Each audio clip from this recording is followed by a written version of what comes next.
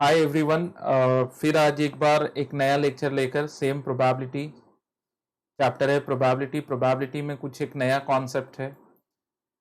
ये कॉन्सेप्ट का नाम है प्रोबेबिलिटी डिस्ट्रीब्यूशन। अच्छा, इसमें दो पार्ट आपको पढ़ने को मिलेंगे, एक डिस्क्रीट रैंडम वेरिएबल का और एक कंटिन्यूअस रैंडम वेरिएबल का। तो ये दोनों पार्ट क्या होते हैं, कैसे इसमें किया जाता है और क्या किया जाता है, ठीक है। तो वो सारी चीजें मैं आपको एक्सप्लेन करने वाला हूँ, ठीक है।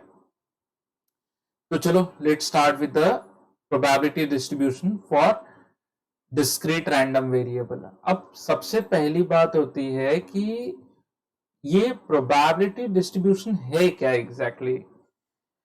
चलो एक काम करते हैं। अगर मैं कहूं कि टू कॉइन्स आर टॉस्ड, मैं यहां लिखता हूं two coins are tossed. Coins are tossed, जैसे मैंने लिखा कि टू कॉइन्स आर टॉस्ड, फटाक से बच्चों के दिमाग में सैंपल स्पेस आ गए, ठीक है।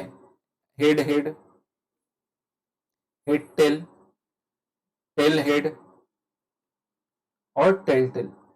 ये बच्चों के मन में ये दो चीजें आ गई कि हाँ सर, इनमें से कोई एक केस होगा। अब तक मैं कहता क्या था कि find the probability that two heads occur. तो बच्चे सामने से कहते थे कि आउट ऑफ 4 एक केस है, तो 1/4 प्रोबेबिलिटी है 1 हेड ऑकर। तो दो केस दिख रहे हैं आप लोगों को कि एक HT और एक TH, ये दो केस है जिसमें एक हेड और एक टेल है, तो 2/4 आप लिख देते थे। लेकिन अगर मैं कहूं कि find the probability for number of hits, ठीक है, फॉर नंबर ऑफ हिट्स, तो बच्चा बोलेगा कि सर अभी ये तो बताओ कि आप कितने हेड की बात कर रहे हो, एक हेड की बात कर रहे हो, दो हेड की बात कर रहे हो, तीन हेड की बात कर रहे हो, जीरो हेड की बात कर रहे हो, मतलब क्या बातें कर रहे हो, नंबर ऑफ हेड्स, कितने हेड्स की बातें कर रहे हो। जैसे बच्चे ने कहा कि सर मैंने तो दो हेड समझ के निकाल दिया, मुझे लगा कि आपने हेड्स बोला है तो सिर्फ हेड हेड आना चाहिए। तो मैंने बोला फॉर नंबर ऑफ हिट्स, मैंने ये नहीं बोला कि फॉर टू हिट्स, मैंने तो कहा कि हेड्स, नंबर ऑफ हेड आने की क्या क्या पॉसिबिलिटी है। तो मैं आपसे ये कह रहा हूं। अब बच्चे बोलेंगे हाँ एग्जैक्टली सर, तो ऐसे कैसे हम कह दे कि आप टू हेड्स की बातें कर रहे हो, आप तो नंबर ऑफ हेड की बातें कर रहे हो। तब तो हमें ऑल पॉसिबल जो कुछ हो सकता है हेड रिलेटेड, वो सारी चीजें लेनी पड़ेंगी।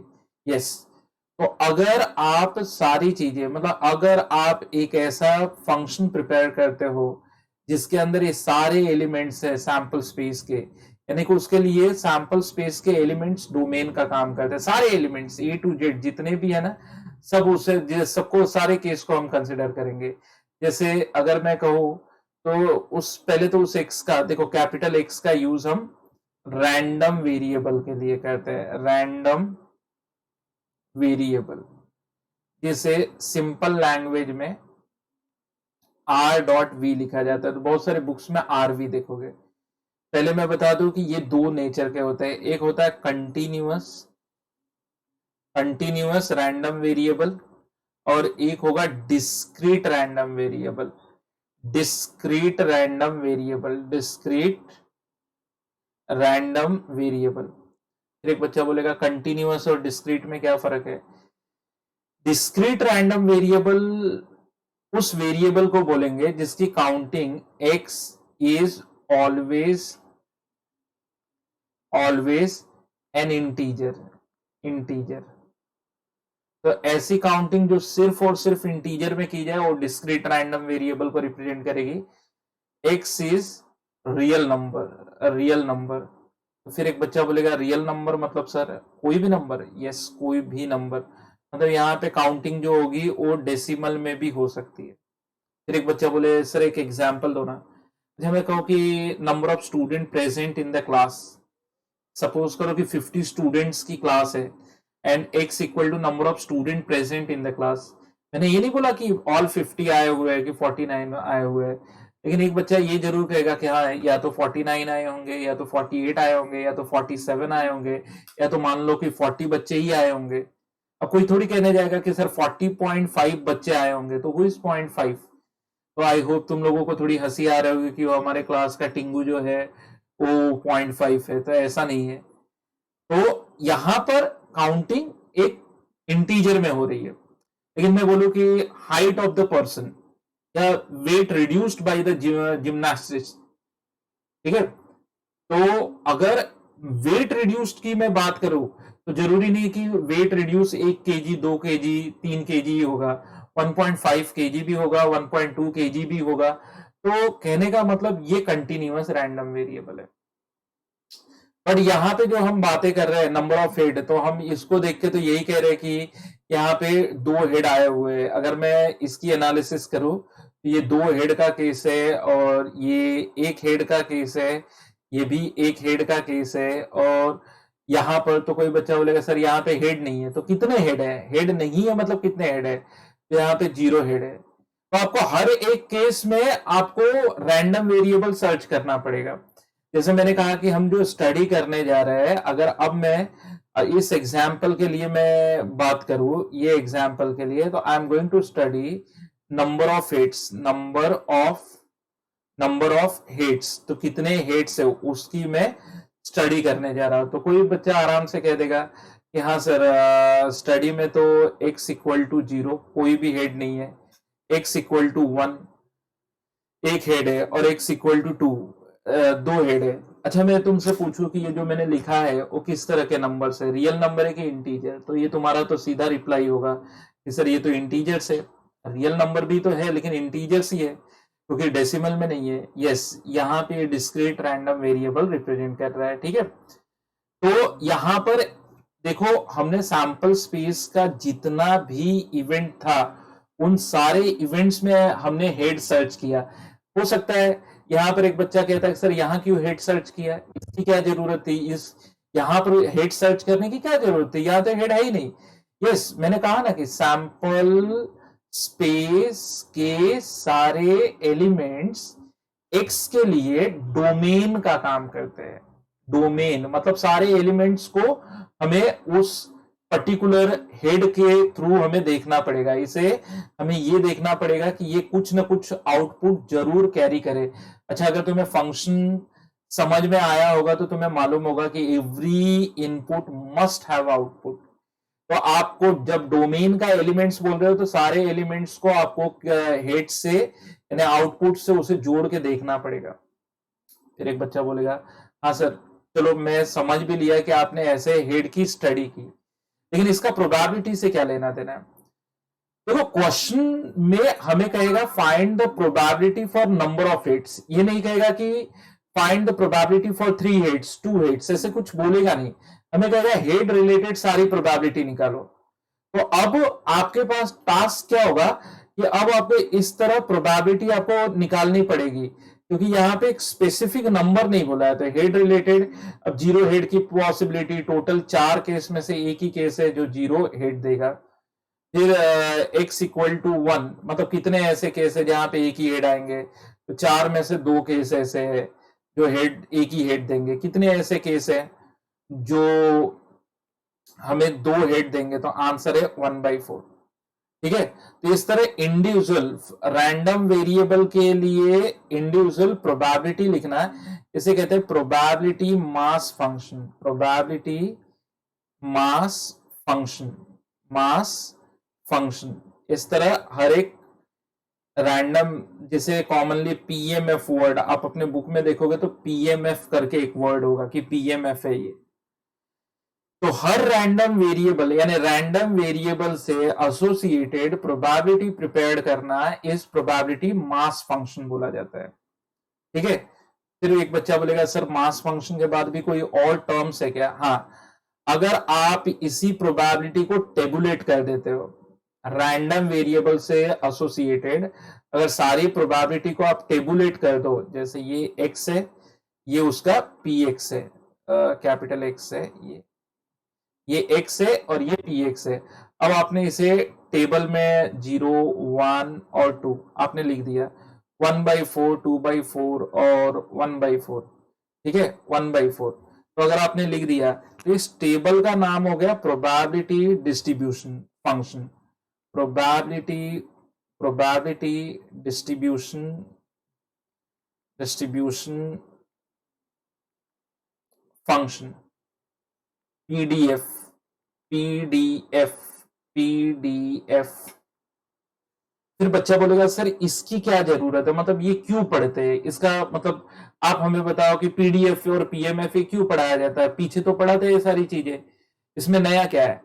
देखो अब हमें जो प्रोबेबिलिटी निकालने को आएगा, पहले कैसा था कि 3 कॉइन्स आर टॉस्ड, तो हमें मालूम था कि अगर 3 कॉइन्स आर टॉस्ड तो 8 केस होंगे, तो हमें एक स्पेसिफिक केस बोला जाता था, या कुछ उन्हीं केसेस को बोला जाता था कि एटलीस्ट 1 हेड, तो 1 हेड 2 हेड 3 हेड सारी चीजें हम फाइंड आउट करते थे। ठीक है, अब पहले हमने इसे जो प्रोबेबिलिटी पढ़ा था अंडर द सेक्शन मैथमेटिक्स पढ़ा था, अब हम इसी प्रोबेबिलिटी को थोड़ा सा स्टैटिस्टिक्स की तरफ लेके जाएंगे।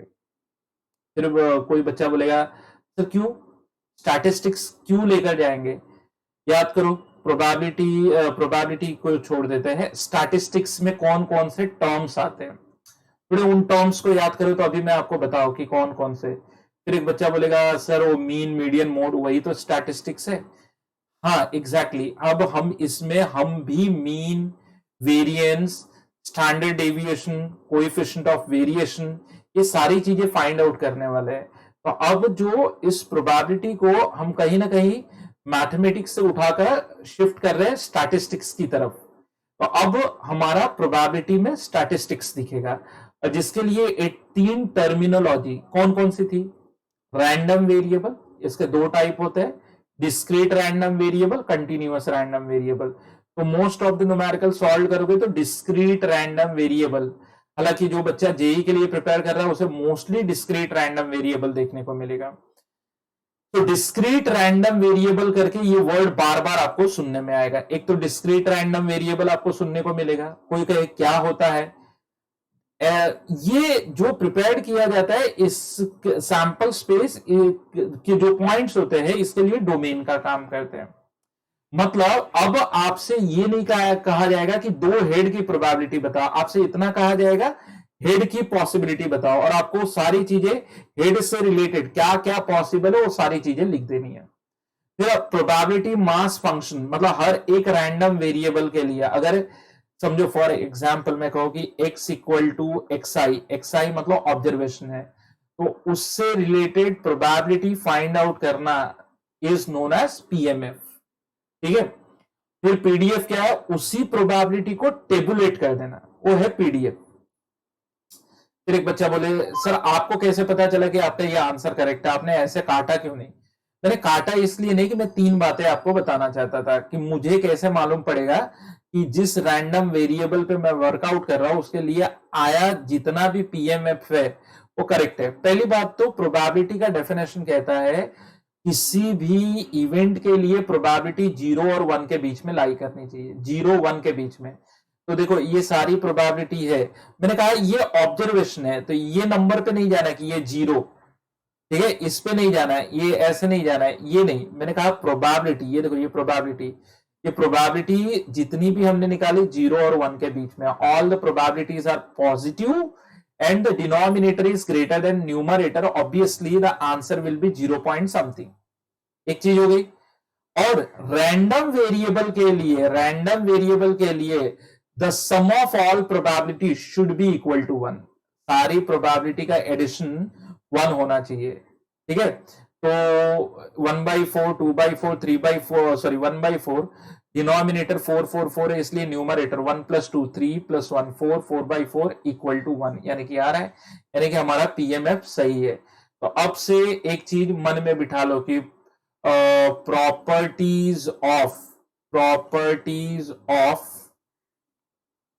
पीडीएफ, प्रोबेबिलिटी डिस्ट्रीब्यूशन फंक्शन की क्या प्रॉपर्टी है। अच्छा एक टेबल दे दिया जाएगा, बोलेगा ये चेक करके बताओ कि पीडीएफ है या नहीं है। तो किसी भी इवेंट के लिए जो प्रोबेबिलिटी आएगी वो 0 और 1 करके आएगी, 0 और 1 के बीच में आएगी। मैं बात कर रहा हूं ऑल इंडिविजुअल प्रोबेबिलिटी की। एक पॉइंट, अच्छा जब पॉइंट नंबर 1 तुम्हें लगे कि हाँ ये सेटिस्फाई कर रहा है तो अगले पॉइंट पे जाना। और दूसरी बात ये है कि अगर सारे प्रोबेबिलिटी का एडिशन अगर हम करें x इक्वल टू एक्स आई, समझो i 1 से लेके n तक है, n ऑब्जर्वेशन है, तो टोटल प्रोबेबिलिटी अगर हम ऐड करें तो हमें आंसर 1 आना चाहिए। इसे बोलते हैं total probability total probability for discrete random variable, discrete random variable के लिए टोटल प्रोबेबिलिटी 1 आना चाहिए। अब इसे कैसे चेक करेंगे? तो इसका सबसे पहले तो आप टेबल एक दिया जाएगा, बोलेगा क्या ये पीडीएफ है, ठीक है, या कुछ टेबल मतलब बिना टेबल के दिया जाएगा और बोलेगा क्या ये पीएमएफ है। पीएमएफ मतलब अलग अलग फाइंड आउट करके वैसे ही लिख देना, पीडीएफ मतलब टेबल में लिखना। तो ये जो प्रॉपर्टी पीडीएफ के लिए है, same applicable for PMF also. Short में लिख देता हूं भाई, पीएमएफ भी अगर दे दिया जाए, मास फंक्शन दे दिया जाए, तो उसके लिए भी ये चीजें अप्लीकेबल है। अब दे के बोले कि क्या यहाँ पे पीएमएफ या पीडीएफ है, तो सबसे पहली कंडीशन आपको ये देखनी है, फिर आपको ये देखनी है।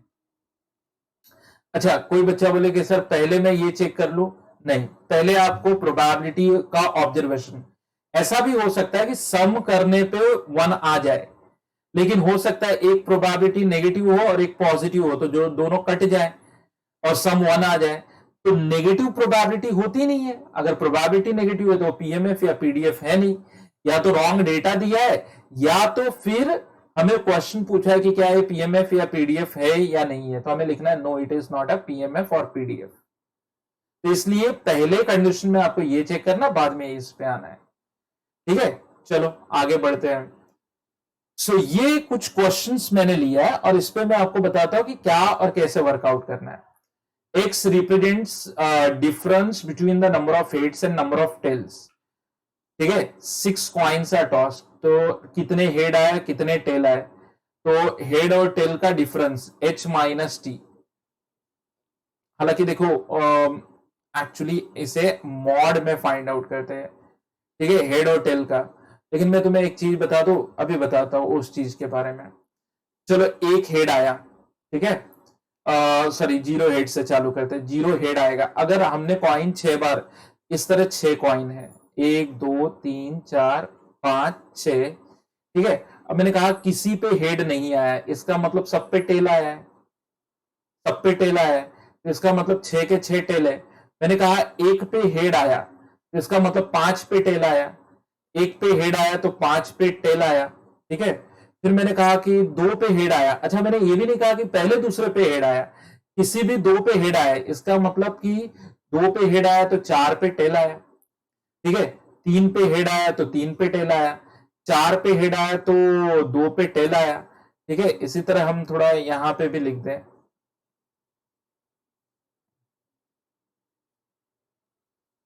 h टी और mod of h minus T. तो हमने लिखा 5 पे हेड आया तो 1 पे टेल आया, 6 पे हेड आया तो कहीं टेल नहीं आया। तो अब डिफरेंस देखे तो 0 माइनस 6, तो 6 आएगा क्योंकि मॉड हमने लिया है। 1 माइनस 5 मॉड है तो 4, 3 माइनस 3 0, 4 माइनस 2 2, 5 माइनस 1 4, 6 माइनस 0 6 आ रहा है। तो उसने बोला कि वो पॉसिबल चीजें लिखो रैंडम वेरिएबल में कितना, x मतलब हो गया डिफरेंस, पहले आपको इनिशियलाइज करना है, difference between number of heads and tails, दोनों के हेड और टेल के बीच का डिफरेंस x है। तो हम आप लिख सकते हैं कि 0 2 4 6। अच्छा एक चीज मैं बताना चाहता हूं, इसे रेड में लिखता हूं, नोट।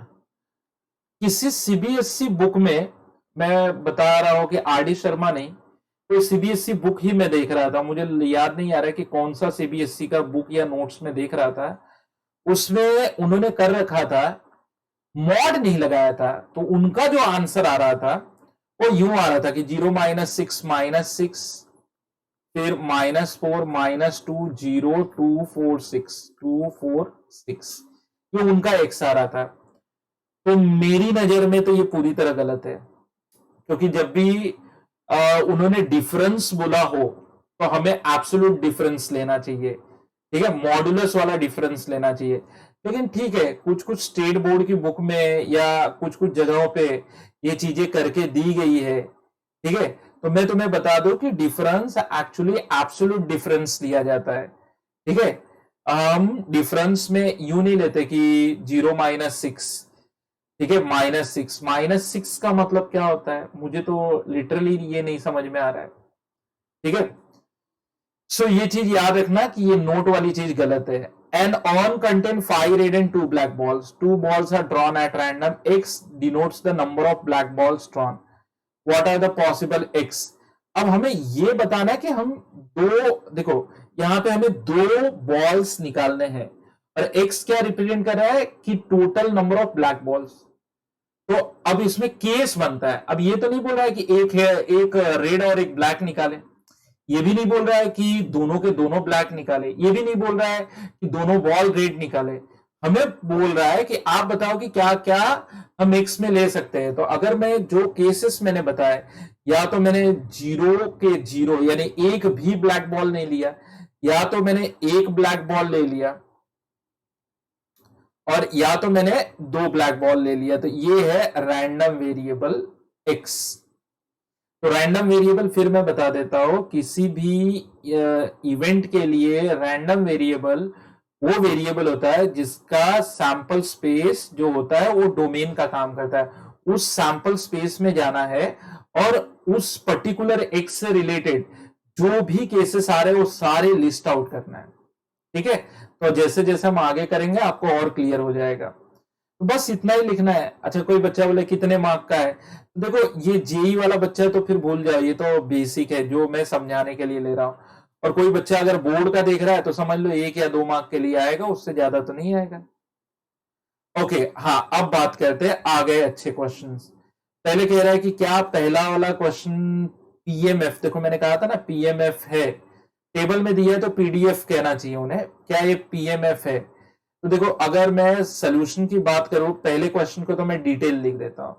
तो probability of x equal to 0, पहले क्वेश्चन के लिए x इक्वल टू 0 आ रहा है, probability of x equal to 1 जो आ रहा है, सॉरी 0.4 आ रहा है, 0.4 आ रहा है, x इक्वल टू 1 के लिए भी 0.4 आ रहा है, और x इक्वल टू 2 के लिए 0.2 आ रहा है। तो कोई भी प्रोबेबिलिटी ऐसा नहीं है कि जो 0 से कम हो या 1 से ज्यादा हो, सारी प्रोबेबिलिटी रेंज में है। हमने कंडीशन नंबर 1 देख लिया, अब कंडीशन नंबर 2 पे जाते हैं। समेशन ऑफ प्रोबेबिलिटी, सारी प्रोबेबिलिटी का समेशन निकालते हैं, x इक्वल टू एक्स आई। तो 0.4 प्लस 0.4 प्लस 0.2, ठीक है, 0.2, तो ये 1.0 आ रहा है, 1, हाँ ये सेटिस्फाई कर रहा है, therefore it is PMF, it is PMF, ये पीएमएफ है। फिर क्वेश्चन नंबर 2 पे जाते हैं। तो क्वेश्चन नंबर 2 की सोल्यूशन की बात करूं पहले पॉइंट में, तो मैं यहीं पे इसको रिजेक्ट कर देता हूं कि x इक्वल टू 3 के लिए प्रोबेबिलिटी आ रही है -0.1, ठीक है, जो लेस देन 0 हो गई, ठीक है, लेस देन 0 हो गई, therefore it is not a PMF, it is not PMF. अच्छा, कोई बच्चा कहेगा सर मैं जोड़ के देखूं, जोड़ोगे तो 1 आएगा, बट सबसे पहली क्राइटेरिया नॉट पीएमएफ, ये पीएमएफ है ही नहीं। फिर मैं तीसरे क्वेश्चन की बात करूं तो इसे जोड़ो, तो जोड़ने पे 1 आ रहा है, तो yes it is a case of PMF. चौथे केस की अगर मैं बात करूं, कोई बोले कि सर x इक्वल टू -1, ये तो ऑब्जर्वेशन नंबर है, इससे थोड़ी लेना देना है, इसकी करस्पॉन्डिंग प्रोबेबिलिटी से। जैसे 3 पे आ रही है 0.3, 2 पे आ रही है 0.2, 1 पे आ रहा है 0.4, 0 पे आ रहा है 0, और -1 पे, -1 ऑब्जर्वेशन नंबर है, इसलिए इसका ध्यान नहीं देना है, 0.05। ये तो पहली क्राइटेरिया फुलफिल कर रही है। अब इसके लिए दूसरी क्राइटेरिया ये करके देख लो कि देयरफॉर दूसरी क्राइटेरिया ये है कि summation of P of X equal to X I, इस क्राइटेरिया में जाओ और आपको पता चलेगा कि ये कितना दिखा रहा है, 0.3, 0.2, 0.4, 0.3, 0.2, 0.4, 0.05।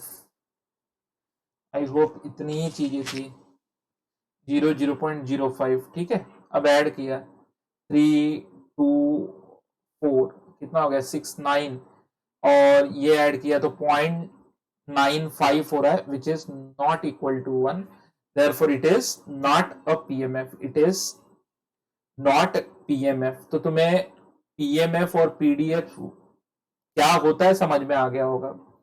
चलो अब हम कंस्ट्रक्ट करना सीखते हैं। फाइंड द प्रोबेबिलिटी डिस्ट्रीब्यूशन, ठीक है, for number of heads in two tosses of the coin. पहले क्वेश्चन की तरफ बढ़ते हैं। तो अगर मैं बात करूं दो कॉइन के टॉस करने में, तो तुम्हें याद होना चाहिए, अब तो ये केस लिख के कोई मतलब नहीं है, तो चार में से एक केस आएगा जो टेल टेल वाला है, जिसमें एक भी हेड नहीं होगा, तो 1/4 प्रोबेबिलिटी। और अगर तुम्हें याद होगा, चार में से दो ऐसे केस होंगे जिसमें हेड टेल और टेल हेड, यानी एक हेड होगा, और tail tail sorry head head head head, ऐसे दो, एक ही केस होगा, ठीक है, दो हेड वाले चार में से एक केस होगा। और तुम्हें जहां पर लगे कि पता नहीं मेरा राइट है कि रॉन्ग है, तो फिर तुम चेक कर लेना सबको ऐड करके, तो यह आंसर आ रहा है 1, इसका मतलब कि यस राइट है। अच्छा, कोई बच्चा कहे कि नहीं मुझे नहीं क्लियर हो रहा है, तो फिर आप तीन कॉइन वाला है तो ये केस तो तुम्हें बनाने आता ही होगा, चार हेड चार टेल,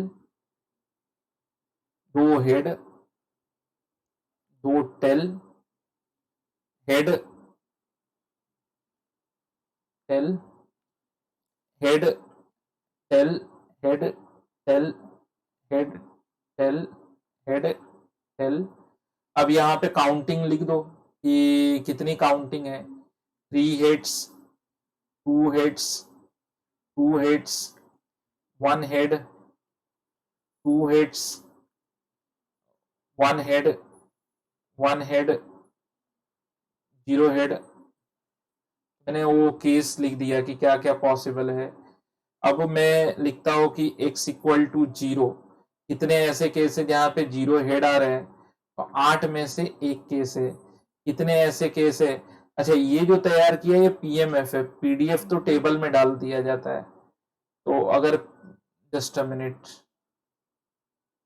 एक काम करते हैं ना, इसको तो पीएमएफ रहने देता हूं मैं, इसे इरेज करके डायरेक्ट टेबल में टेबुलेट कर देता हूं, कि हमें क्वेश्चन कह रहा है पीडीएफ तैयार करो।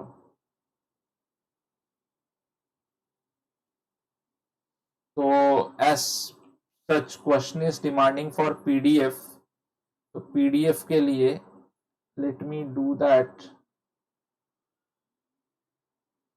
ये रहा पीडीएफ के लिए।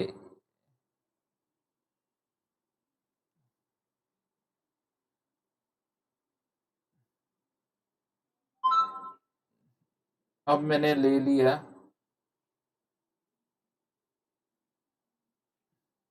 x और px, अब मैंने इसमें टेबुलेट कर लिया 0 1 2 3।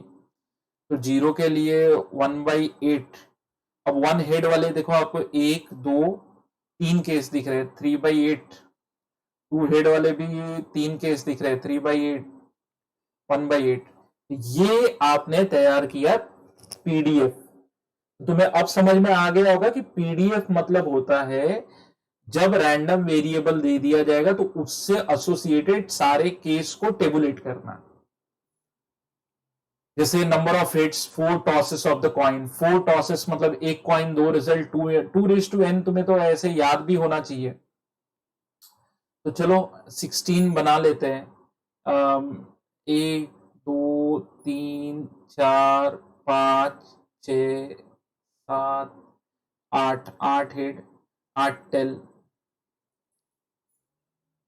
4 5 6 7 8, यूं करके 4 बार हेड, 4 बार टेल, फिर 4 बार head,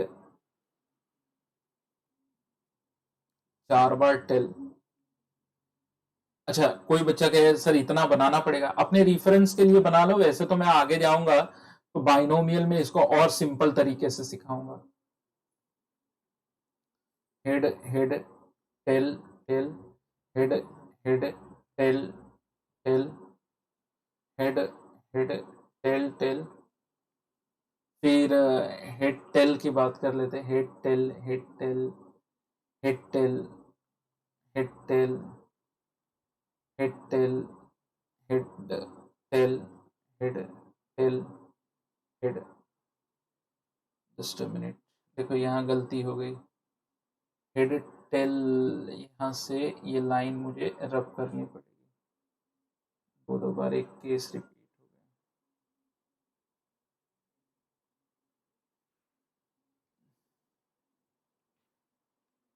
head tail, head tail, head tail, head tail, head tail, head tail, head tail. अब यहाँ पे काउंटिंग लिखो।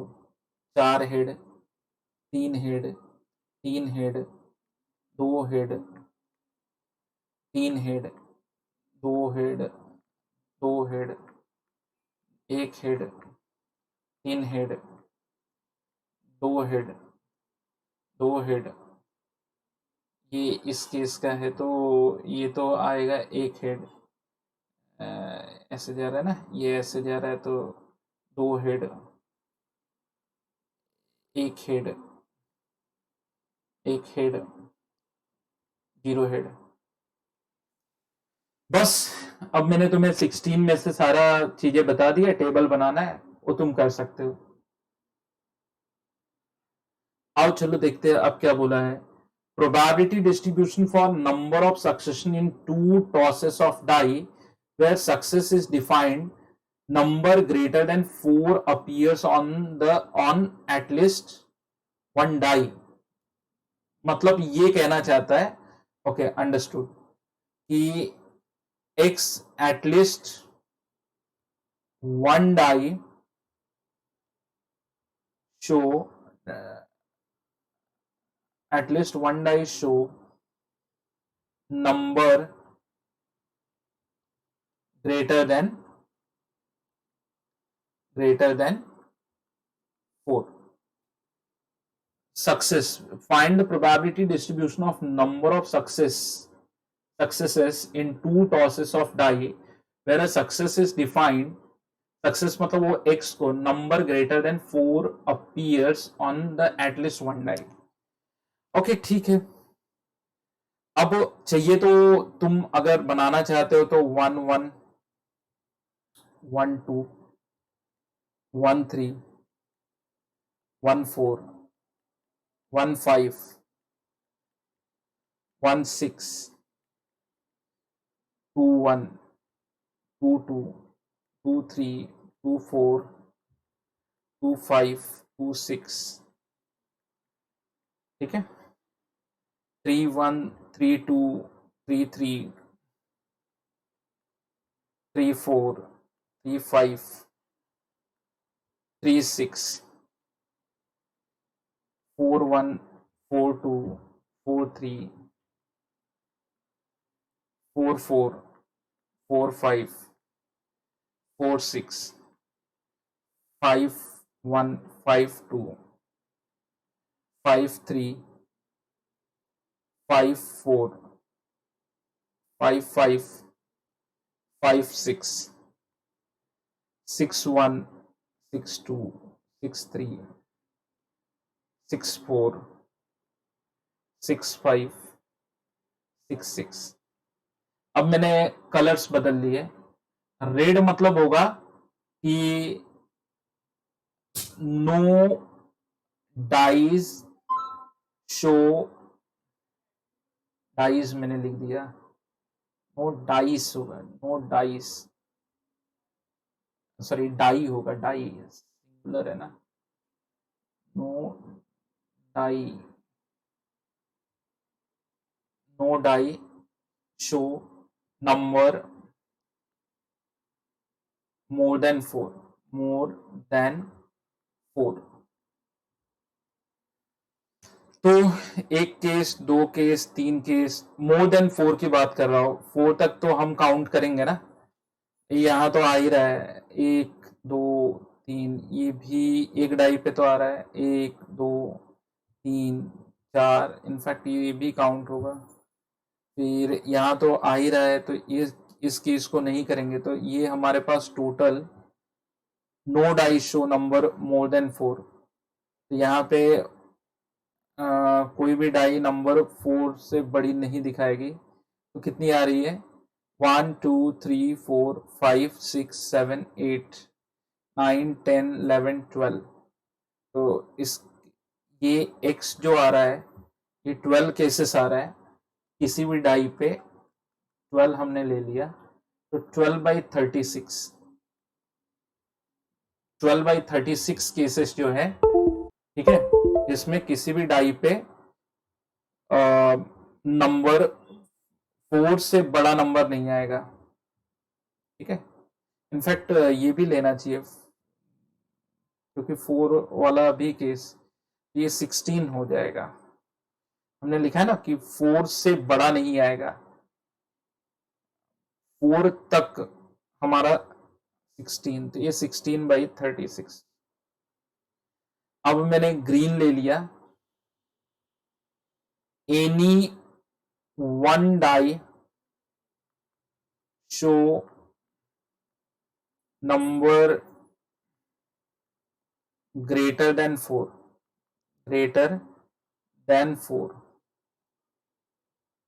ठीक है, एनी वन डाई मतलब मैंने कहा कि बोथ डाई नहीं, कोई भी एक डाई, जैसे 1 2 3 4 5 6 7 8 9 10 11 12 13 14 15 16। ठीक है, तो ऐसे 16 केसेस आ गए। तो x इक्वल टू 16 यानी कि कोई एक डाई हमें नंबर दिखाएगा, वो है 4 से बड़ा नंबर। एक डाई की बात कर रहा हूं। ब्लैक की बात कर लो तो बचे हुए x equal to both dice will show number more than 4, तो 4 से बड़े दोनों नंबर दिखाएंगे, तो x इक्वल टू 4, तो 4/36। So let me confirm whether my answer is right or not. 16 plus 16 32, 32 plus 4 36/36। yes। अब वो कहना क्या चाहता है, पहले इसे समझ लेते हैं, क्योंकि पहले इनिशियली मैंने ये समझा कि क्वेश्चन का बेसिक प्रायोरिटी क्या है। अब वो कहता है कि distribution of the number of the success in 2 tosses of die where success is defined as the number greater than 4 appears on at least one die. तो ठीक है, वो कहना चाहता है कि टोटल प्रोबेबिलिटी निकालो सक्सेस की, यहां पे किसी न किसी कम से कम किसी एक डाई पे तो नंबर 4 से ज्यादा हो, तो ठीक है। तो रिक्वायर्ड प्रोबेबिलिटी जो पूछना चाहता है वो पूछना चाहता है कि ये वाला केस 16 केस आ गए टोटल। इसे मुझे वर्ड में लिखना चाहिए था, ये x लिखना चाहिए था, प्रोबेबिलिटी ये ऐसे x डाल देना चाहिए था, ये x है। तो 16 केस आ गए, ये 16 सही नहीं है, इसे a डाल देते हैं, x इक्वल टू a डाल देते हैं। ये थोड़ा लिखने का तरीका गलत हो गया। अच्छा, इसे ये a हो गया, इसे b डाल देते हैं, b, और इसे हम c डाल देते हैं। ठीक है, तो c वाला, तो b और k c को ऐड कर दो, probability of b plus probability of c, तो आपका टोटल आंसर होगा 16 प्लस 4 20/36। उसने बोला कि उतनी प्रोबेबिलिटी कैलकुलेट करो जो सक्सेस की प्रोबेबिलिटी, और सक्सेस तब माना जाएगा कि जब किसी न किसी एक डाई पे at least any one die will show, तो एटलीस्ट वन बोला तो either one die will show the number more than 4 और बोथ द डाइस, तो दोनों केस को अपने को ऐड करना पड़ेगा। ठीक है, वन डाई। अच्छा, इसे यूं लिख दें, थोड़ा लिखने के तरीके जो है बोर्ड वाले बच्चों के लिए थोड़ा सा जरूरी है। तो जो बच्चे बोर्ड में पढ़ते हैं उन्हें तो ये चीज आनी चाहिए। तो अगर मैं ऐसे लिख दूं कि 0, मतलब कोई भी ऐसा नहीं है, एक केस आया या 2 केस आए ऐसा, तो बस यही है तुम्हारा। इसे यहाँ पे डाल दो कि ये ए है, ये बी है और ये सी है, बस। हाँ, अब ये तरीका तुम्हारा लिखने का सही हो गया। और इसे रिक्वायर्ड प्रोबेबिलिटी को हम ऐसे भी कहते हैं, x greater than equal to 1। मतलब x मतलब कि जो नंबर अपीयर हो रहा है दोनों में से किसी एक डाई का, एटलीस्ट एक या एक से ज्यादा डाई का नंबर मतलब 4 से बड़ा होगा। नेक्स्ट की बात करते हैं।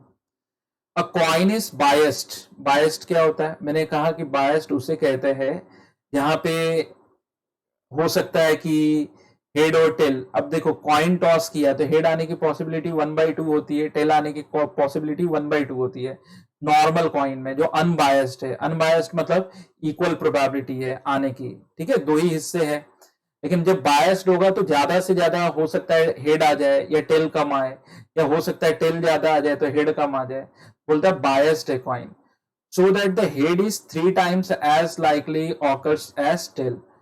हेड इज 3 टाइम्स, मतलब प्रोबेबिलिटी यूं कहें कि probability of head equal to 3 times of probability of tail. Head मतलब, तो ऐसे तो हम ये जानते हैं कि एक कॉइन में या तो हेड आता है या तो टेल आता है, तो टोटल प्रोबेबिलिटी 1 होती है, ठीक है। तो अगर इस हिसाब से जाए तो 3 times of probability of tail plus probability of tail equal to 1, तो प्रोबेबिलिटी ऑफ टेल जो आ जाएगा वो 1/4 आ जाएगा और प्रोबेबिलिटी ऑफ हेड जो आएगा 3/4 आएगा। अब इसको बहुत सिंपल और देसी लैंग्वेज में समझे तो कहता है हेड, जितनी बार हेड आ रहा है ना वो टेल का 3 गुना है। तो अगर 4 केस हो रहे हैं तो उसमें से 4 में से 3 बार हेड आएगा तो 1 बार टेल आएगा। तो बस ये सिंपल लैंग्वेज में मैंने आपको समझा दिया। अब क्या कहता है? अ coin is tossed twice. Twice बोला तो 2 कॉइन का केस, तो head head head head tail tail head tail head tell, ये हमने ऐसे बना लिया क्योंकि यही पॉसिबिलिटी होगी। अब कॉइन इज टॉस टॉइस। अब एक बच्चा बोले जैसे टॉस टॉइस, तो आपने तो बोला ये मतलब इसमें हेड ज्यादा बार आएगा कंपेयर टू टेल। वो तो प्रोबेबिलिटी के टर्म्स में ना, केस क्या बनेंगे? आप सिंपल सा है, चाहे बायस्ड हो चाहे अनबायस्ड हो, केस क्या क्या है? ये तो I am writing the case, ये केस 1 हो सकता है। बट ऑब्वियस अगर हेड ज्यादा बार आता है तो ये केस हो सकता है ज्यादा बार अपीयर हो, ये केस 2 है। तो ये पॉसिबल क्या क्या पॉसिबिलिटी बन रही है, क्या क्या ये केसेस है कि इतने इतने केस बनेंगे। अब उनसे रिलेटेड प्रोबेबिलिटी कैलकुलेट करो, ठीक है। अब क्या बोल रहा है? Find the probability distribution for number of tails. तो हमें डिफाइंड करना पड़ेगा एक्स क्या स्टडी करने जा रहे हैं, number of tails, number of tails के बारे में। यहाँ पे 0 टेल है, यहाँ पे 1 टेल है, यहाँ पे 1 टेल है, यहाँ पे 2 टेल है। तो चलो अब हम प्रोबेबिलिटी डिस्ट्रीब्यूशन तो एक टेबल ही बना लेते हैं। चलो एक टेबल बना लेते हैं, टेबल में हम टेबुलेट कर देते हैं, इकट्ठे लिख देते हैं, तो इससे क्या है दिक्कत नहीं होगी। तो हम टेबुलेट करने जा रहे हैं।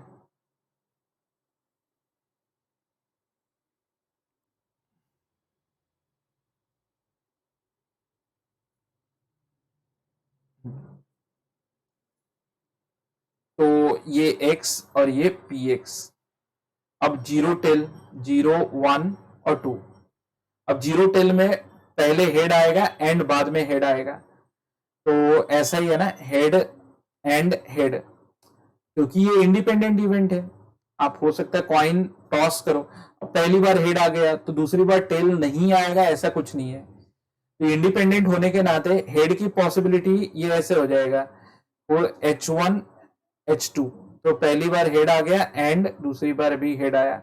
अब क्योंकि इक्वली लाइकली नहीं है, क्योंकि ये बायस्ड कॉइन है, तो हेड आने की पॉसिबिलिटी क्या है, 3/4 इंटू 3/4, तो कितना हो जाएगा, 9/16 चांस है। अगर इस केस को देखते हो तो पहले हेड फिर टेल, तो हेड आएगा 3/4, हेड आएगा 3/4 इंटू टेल आएगा 1/4 प्लस टेल आएगा 1/4 इंटू 3/4। ये कितना हो जाएगा? 3 + 3 6/16 हो जाएगा। ठीक है, फिर उसके बाद देख लेते हैं दो हेड, दो टेल, तो 1/4 into 1/4, 1/4 1/4 1/16। Let me confirm whether I am getting right और रॉन्ग आंसर। 9 1 10, 10 और 6 16, 16/16। Yes, my answer is right. तो तुम्हें क्या ये केस समझ में आया? क्वेश्चन क्या कहना चाहता है, समझ में आ रहा है क्या? क्वेश्चन कहना चाहता है कि एक बायस्ड कॉइन है। बायस्ड इसलिए बोला कि इसमें इसने लिख रखा है कि हेड ज्यादा आता है कंपेयर टू टेल, मतलब 3 बार हेड आता है तो 1 बार टेल आता है, मतलब 1/4 चांस टेल का है और 3/4 चांस हेड का है। ठीक है, तो बस इससे लेके जो भी टेल रिलेटेड पॉसिबिलिटी है वो सारी चीजें टेबुलेट कर डालो, जिसे पीडीएफ कहते हैं। हो सकता है एक बच्चा इतने पे भी कहे कि सर हमें थोड़ा सा डाउट आ रहा है। ठीक है, चलो ये क्वेश्चन लेते, बोला के निकालो, ये पीडीएफ है। ठीक है, डिटरमाइंड के मैंने ऊपर वाला पार्ट लिखा नहीं है, लिखा था लेकिन एक्चुअली जो पेज सेटिंग में काफी ऊपर निकल गया, दिखेगा नहीं। ये कह रहा है कि फॉर द गिवन पीडीएफ के निकालो, क्योंकि सिंस पहला के निकालने के लिए since above table represents PDF, ये पीडीएफ रिप्रेजेंट कर रहा है, इसलिए जो टोटल प्रोबेबिलिटी होगी x = xi = 1 होगी। तो 0 + k + 2k + 2k + 3k + k² + 2k² + 7k² + k। देखते कितना होता है, 7 2 1, तो ये तो हो गया देयरफॉर 10k² हो गया। फिर k 2k यानी 5k हो गया, 5 3 8 9, तो -9k सॉरी +9k हो गया, और ये 1 उस साइड लेके आएंगे तो -1 = 0। देयरफॉर इसको फैक्टराइज कर लेते हैं, 10k² + 9k सॉरी 9k ना, 10 + 10 - 1 + 10 - 1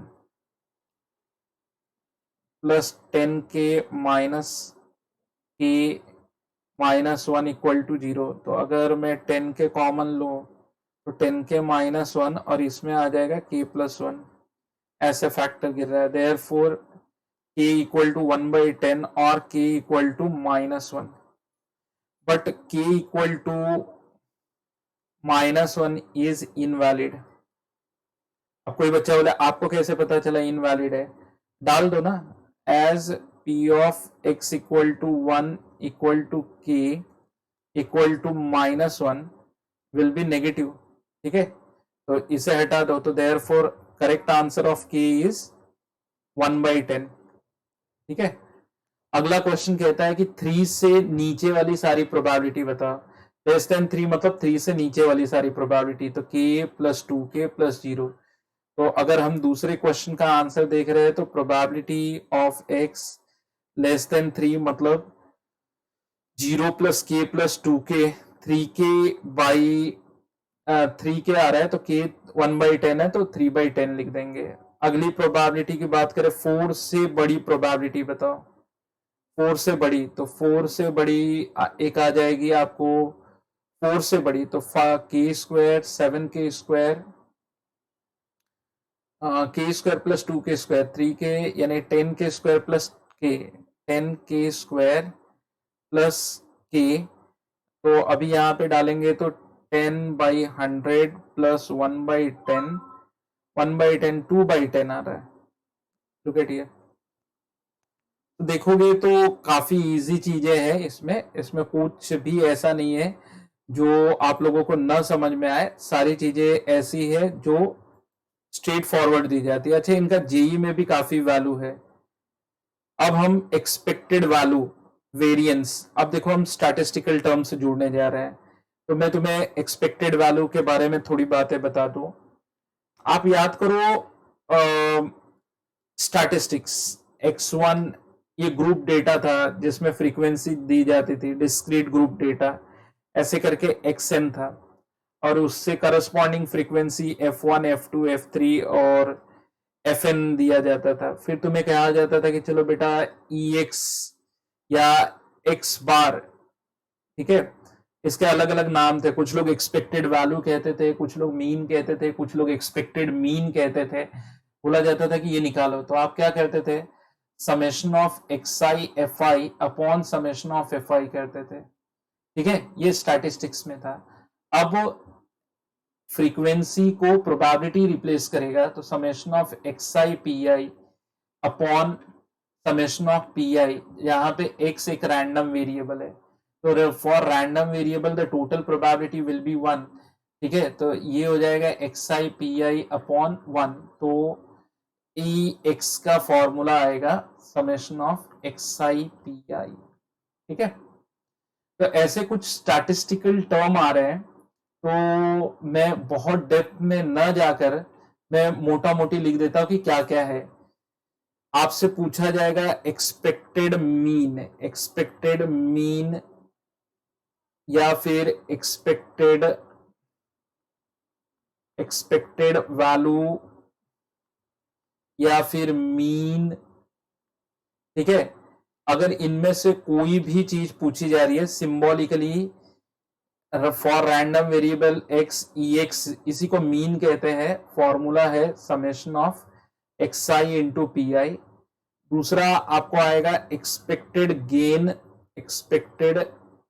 गेन, ठीक है, इसके लिए ई एक्स स्क्वायर का सिंबल यूज करेंगे, जिसका फॉर्मूला होगा summation of xi square P I. तीसरा वेरियंस, कुछ बुक में Vx लिखा है तो कुछ में सिग्मा स्क्वायर लिखा है, हालांकि सिग्मा स्टैंडर्ड डेविएशन के लिए यूज होता है। तो इसका फॉर्मूला है गेन माइनस मीन का होल स्क्वायर, ई एक्स स्क्वायर माइनस ई एक्स का होल स्क्वायर।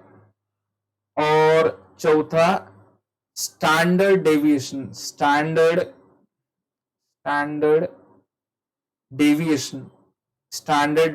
आपको बोला जाएगा सिग्मा ऑफ एक्स से अंडर रूट ऑफ वेरिएंस होता है।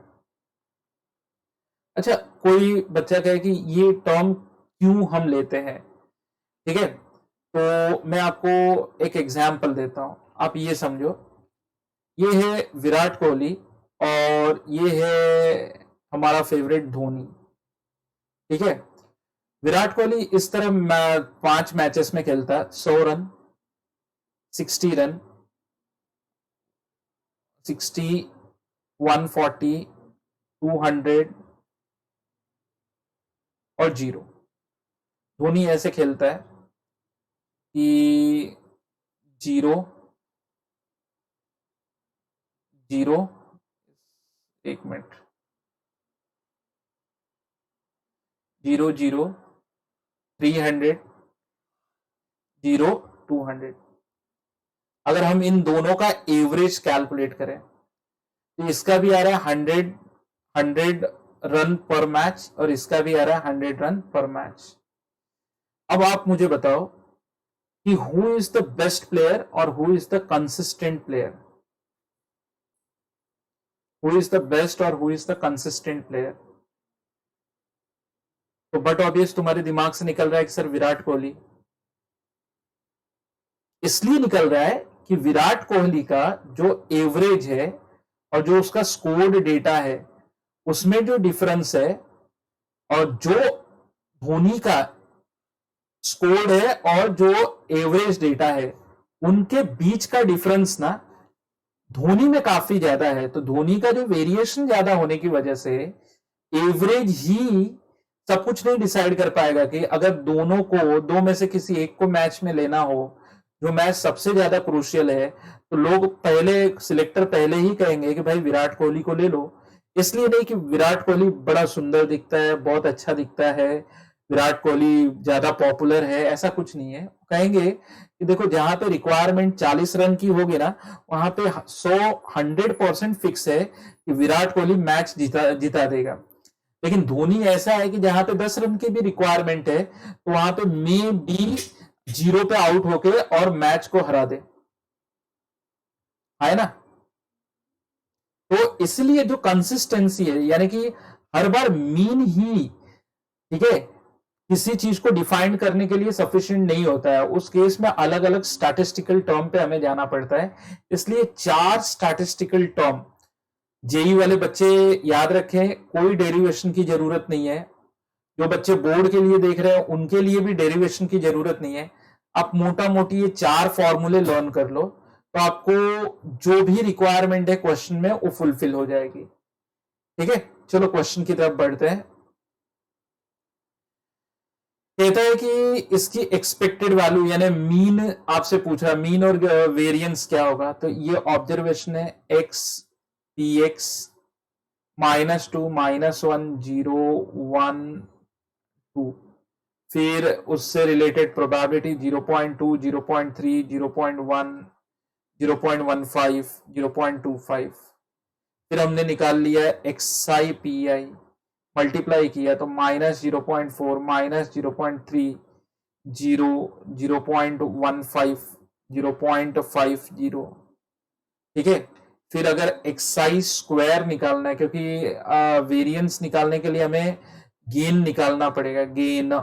ठीक है, तो एक्सआई स्क्वायर, अच्छा एक तरीका है, या तो एक्सआई स्क्वायर करो, नहीं तो अगेन एक्सआई को एक्सआई पी आई से मल्टीप्लाई कर दो।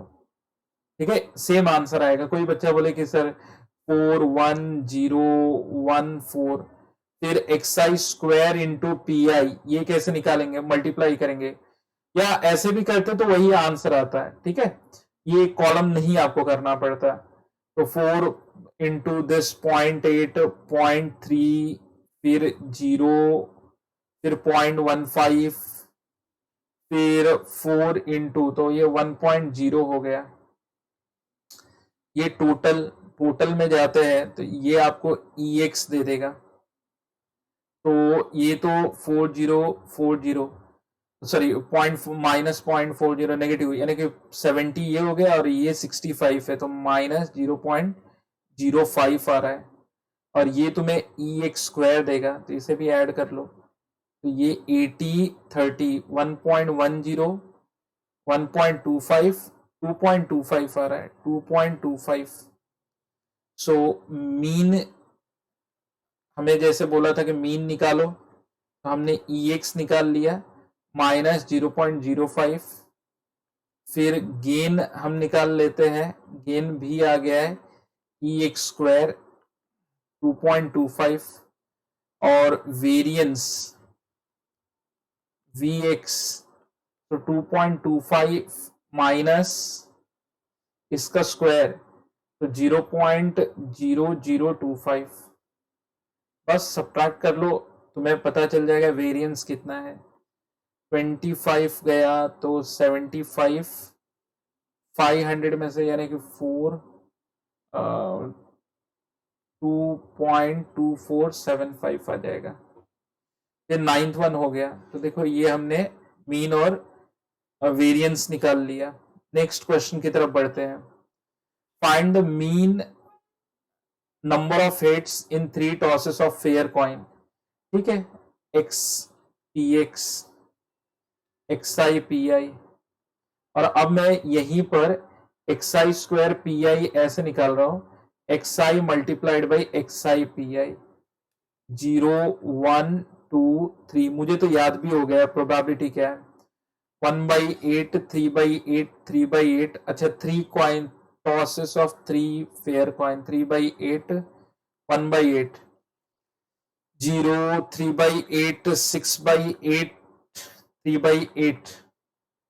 EX की अगर बात कर ले तो 12/8 3/2 1.5 आ गया। अब ये अगेन इसी से मल्टीप्लाई कर ले तो 0, 3/8, 12/8 और 9/8 कितना हो गया 24। EX स्क्वायर की बात कर ले तो 24/8 हो गया, यानी कि 3 हो गया। So what about the variance? 3 minus 1.1 1.5 का स्क्वायर, 3 माइनस 2.25, तो ये आ गया देखिए 0.75। ठीक है, तो काफी इजी चीजें हैं, इसमें ऐसा भी नहीं है कि आप नहीं कर सकते। 2 dice are thrown simultaneously, x denotes the number of sixes, कितने 6 आएंगे। तो हो सकता है किसी भी कॉइन पे ना आए, हो सकता है किसी एक कॉइन पे आए, हो सकता है 2 कॉइन पे आए। ठीक है, एक्सपेक्टेशन यानी मीन निकालना है। तो मैं तुम्हें यहां तक बता देता हूं, तो टोटल 6 आने के एक ही केस होंगे, 1/36। फिर मैं उंगलियों पे गिन लेता हूं, 1 6 2 6 3 6 4 6 5 6। ठीक है, इनके उल्टे। ठीक है, तो 10/36, इसमें दो में से किसी एक डाई पे 6 आएगा, 11 गए तो 25 केस बच गए, 25/36। अब आपके पास XI PI, XI स्क्वायर अगर निकाल के करना चाहते हो तो XI स्क्वायर PI, ये निकालने के तरीके हैं, and you can continue with the calculation. ठीक है, ये मैंने कुछ टर्म्स लिख दिए हैं। X denotes the sum of the numbers obtained when two fair dice are rolled। तो अगर मैं देखूं तो मिनिमम तो मुझे 2 आता है, तो इवेंट कौन कौन से है जहां पे मुझे 2 आएगा, तो 1 एक इवेंट है, उसका XI जो मुझे मिलेगा वो आउट ऑफ 36 एक केस मिलेगा। 3 आने के दो, 1 2 और 2 1 ये दो केस है, इट्स अ 2/36। 4 आने के लिए इट्स अ 1 3 3 1 और 2 2, ये केसेस है, इट्स अ 3/36। 5 6 7 8 9 10 11 12। ठीक है, सॉरी इट्स अ PI, ये PI है। फिर आप काउंट करके लिख देना, मुझे याद है क्लास में पढ़ाते वक्त मैंने कई बार कराया है क्वेश्चन को। फिर 6/36, फिर 5/36, 4/36, 3/36, 2/36 and 1/36, and get XI PI, ये निकाल के you can complete the calculation. No need to write event, अगर तुम्हें ये समझ में आ गया हो। कोई बोले सर 5 का कौन कौन सा केस आता है, 1 4 4 1, ठीक है, 3 2 3 2 and 2 3, these are the cases to get 5, sum as the 5, and you can continue with the calculation. I'm moving further. Okay, अब क्या कहना चाहता है, a class has 15 student whose ages are, मतलब 14 17 15 14 21 17, तो ये एजेस दी गई हैं बच्चों के। One student is selected in such a manner that each has the same chance of being chosen, मतलब इक्वल प्रोबेबिलिटी है सारे, मतलब ऐसा नहीं है कि 21 वाला ही सिलेक्ट होगा। लेकिन ऑब्जर्वेशन क्या कहना चाहता है, chosen and the age X of the selected student is recorded। तो X जो है वो एज ऑफ द स्टूडेंट है, age of student, age of student. What is the probability distribution of the random variable X, और फिर उससे related mean. तो चलो एक काम करते हैं, हम टेबल ही बना लेते हैं। टेबल में अब हमारे सामने में क्या क्या बनाना होगा,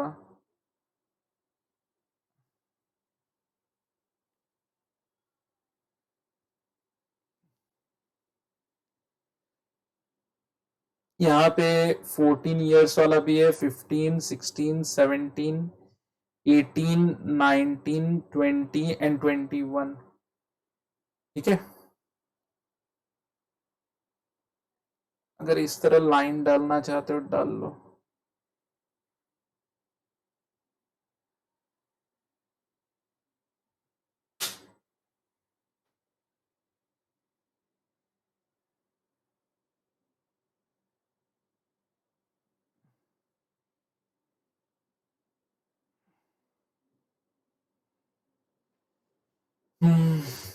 यहाँ पे एक डाल लेते हैं, ओके, एंड देखते हैं आगे क्या होगा। ये तो x हो गया उनकी प्रोबेबिलिटी। अब 15 बच्चे हैं तो 14 साल वाले कितने बच्चे हैं? एक बच्चा है, दो बच्चा है, तो आउट ऑफ 15 ये दो में से कोई भी एक बच्चा सिलेक्ट होगा 14 साल की उम्र का। 15 साल वाला कोई है? देख लो, वन, एक ही बच्चा दिख रहा है, 1/15। 16 साल वाला एक बच्चा है, और कहीं दिख रहा है? हाँ, एक इधर भी दिख रहा है, 1/15। 17 साल वाला एक इधर दिखा है, एक इधर दिखा है, और एक इधर दिखा है, 3/15। ये दो बच्चे थे ना, 16 साल वाले दो थे, तीन। 18 साल का कोई है? 18 साल का एक ही बच्चा है, 1/15 चांस है। 19 साल का ये वाला बच्चा है, और कोई है 19 साल वाला? एक और इधर भी तो है 19 साल वाला, एक 19 साल वाला यहाँ पर भी है, 2/15। 20 साल वाला एक और दो बच्चे हैं, एक दो तीन बच्चे हैं, 3/15। और 21 साल का एक ही बच्चा है, 1/15। सो लेट मी काउंट, ये सारे बच्चे आ गए, 2 1 3 5 8 9 11 14 15, सारे बच्चे आ गए। XI ले लो, क्योंकि आपको मीन निकालना है। Then calculate XI square PI, ठीक है? तो इट्स देख लो, अब आगे कैलकुलेशन तुम्हारी जिम्मेदारी है। इट्स 28/15, 15/15। काटना मत, डिनोमिनेटर कट जाएगा तो फिर कैलकुलेशन काफी ज्यादा प्रॉब्लमेटिक हो जाती है। 32/15, 51/15, 18/15, 38/15, फिर 60/15, 21/15। तो you can carry on the calculation. I don't think कि ये नहीं कर पाओगे। अब देखते हैं, चलो ये एक दो क्वेश्चन और लास्ट है। क्या कहना चाहता है? In a meeting if members 70% member favour और अपोज करने वाले 30% है, तो फेवर मैं लिख दो, फेवर करने वाले 70% है, 70/100, और अपोज करने वाले 30% है, 30/100। फिर क्या कह रहा है?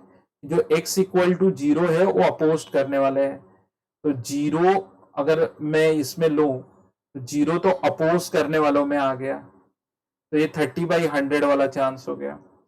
फेवर करने वाले में 1 जो है वो फेवर करने वाले में, तो अगर जिसके लिए मैंने 1 लिखा वो फेवर करने वाला है, तो 70% मेंबर्स फेवर कर रहे हैं, यानी 70 में से 100 में से 70 लोग है फेवर कर रहे हैं। उन 70 में से किसी भी एक को सिलेक्ट करोगे तो वो कहेगा हाँ मैं फेवर कर रहा हूँ।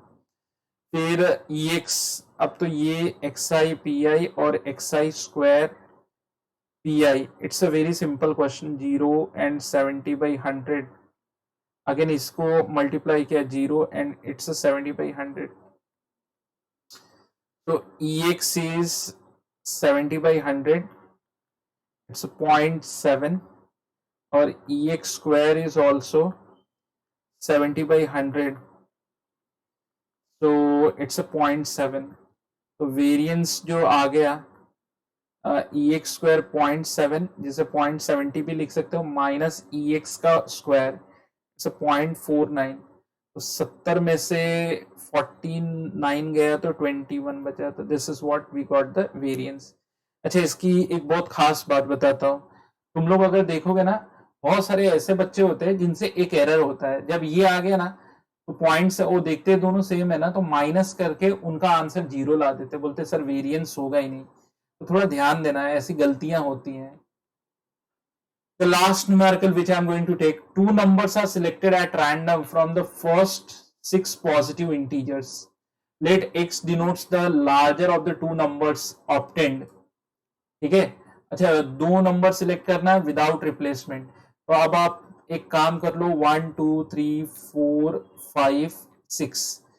तो आप ऐसे लिखो, हो सकता है 1 फिर 2 विदाउट रिप्लेसमेंट है, फिर 1 पहले सिलेक्ट हुआ, फिर 3 आ गया, 1 सिलेक्ट हुआ, 4 आ गया, 1 सिलेक्ट हुआ, 5 आ गया, 1 सिलेक्ट हुआ, 6 आ गया। ठीक है, फिर हो सकता है 2 सिलेक्ट किया तो 1 आया, दूसरा 2 पे 3 आ गया, 2 पे 4 आ गया, 2 पे 5 आ गया, 2 पे 6 आ गया। फिर इसी तरह आपको जाना है, 3 पे 1 आ गया, 3 पे 2 आ गया, 3 पे 4 आ गया, विदाउट रिप्लेसमेंट मतलब उस नंबर का कार्ड वापस से उस इंटीजर को उसने रिटर्न नहीं डाला है, तो 1,1 तो पॉसिबल ही नहीं है। एक बार पहला 1 आ गया तो फिर बाद में 2 ही आ सकता है, 3 5 3 6, फिर 4 1 4 2, ठीक है, 5 1 6 1। मैं जस्ट इसका हिंट देता हूं। फिर let x denotes the larger of the two numbers obtained, larger, ठीक है। तो ऐसे इसमें अब आप इसको सोचो कि कैसे हम लिखेंगे, x equal to, just hint के लिए लाइन को मार्क कर देता हूं, larger of the two number. तो हो सकता है कितने ऐसे केस है जिसमें पहला नंबर बड़ा है और कितने ऐसे केस है जिसमें दूसरा नंबर बड़ा है, ठीक है। तो 1 से पहला number, first number is larger and the second number is larger, ठीक है। तो जस्ट आपको ये देखना है कौन से केस में हो रहा है, x denotes the larger of the two numbers obtained. अच्छा नहीं, x equal to larger of the two numbers, क्या कहना चाहता है, x denotes the larger of the two numbers obtained, दो नंबरों में से बड़ा number, larger of the two numbers obtained. हाँ, तो कितनी जगह पे 2 बड़ा है, कितनी जगह पे 2 बड़ा है, तो आपको आ जाएगा टोटल कितने बनेंगे, 5 इंटू 6, 30 केसेस बनेंगे। तो 30 केसेस में से कितनी जगह पे 2 बड़ा है, 1 तो हम लेंगे नहीं, तो आपको पता चलेगा कि 1-2 केसेस में 2 ही बड़ा है, तो 1/30 हो जाएगा। कितने केसेस में 3 बड़ा है, तो जो x आएगा 2 3 4 5 6 आएगा, और उससे रिलेटेड प्रोबेबिलिटी आ जाएगी p of x equal to xi। ये बताना है कि कितने केसेस में 2 बड़ा है, तो आंसर आएगा 2/30। अब कितने केस में 3 बड़ा माना जाएगा, पहले वाले नंबर से बड़ा 3 है, तो 2 3, एक केस हो गया, 3 1, यहां पर भी, यहां पर भी, तो यहाँ पे 3 बड़ा है, तो इसको 4/30। तो इस तरह करके आपको काउंट करना है कि कितनी जगह पे 3 बड़ा है, कितनी जगह पे 4 बड़ा है, वो केसेस काउंट करना है पहले वाले नंबर के कंपेयर में, ठीक है। 4 बड़ा है यानी जो उसके साथ दूसरा नंबर है वो उससे छोटा है, ये सब लिख के फिर xi pi निकाल दो and at that you will get the final mean ex। तो चलो, इसके साथ हमने जो कंप्लीट किया वो कंप्लीट किया प्रोबेबिलिटी डिस्ट्रीब्यूशन, और अभी तक जितने भी मैंने x लिए थे वो इसी तरह के थे, 1 2 3 4 5 6, यानी कि ये डिस्क्रीट रैंडम वेरिएबल से रिलेटेड चीजें मैंने कंप्लीट की थी। अब अगले वीडियोस में मैं कंटिन्यूअस रैंडम वेरिएबल से रिलेटेड चीजें कंप्लीट करूंगा। Till then thank you very much. काफी इजी लेक्चर था, वेट करते हैं कंटिन्यूअस